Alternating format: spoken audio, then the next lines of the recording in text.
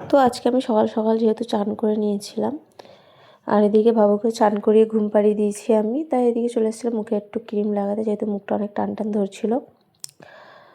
এই যে মুখে ক্রিম লাগানো হয়ে গেছে, আর এদিকে তো পুরো বাবু ঘুমাচ্ছিল। তারপর আমি রান্নাবান্না সব সারা হয়ে গেছে, দুপুরে ভাত, আর এদিকে আমুদি মাছের তরকারি আর ভোলা মাছের তরকারি করেছিলাম আজকে। আর এদিকে বাবু উঠে পড়েছিল যেহেতু, তারপরে একটু রেডি হয়ে বললাম মামাদের বাড়ি যাওয়া যাক। মামাদের বাড়ি চলে এসেছি, এবার ছাদে যাব। আর ছাদে গিয়ে দেখো সবাই তো ছাদেই ছিল। দেখো দিদির ছেলে, আমার ছোটো বোনটা আর আমার বাবু খেলা করছে। আর এদিকে ফ্রিজে এসে দেখছিলাম কিছু খাবার আছে কিনা, দেখছি এই কটা নারকেল পড়ে রয়েছে, আর তো কিছুই নেই। তো কী করব, তারপরে গ্যাসে দিয়ে দেখছি একটা নারকেল পড়লো সঙ্গে সঙ্গে, তাই সেটাই এনে আমরা ভাইকে দিয়েছি, ভাই ছাড়িয়েও নিয়েছে এদিকে।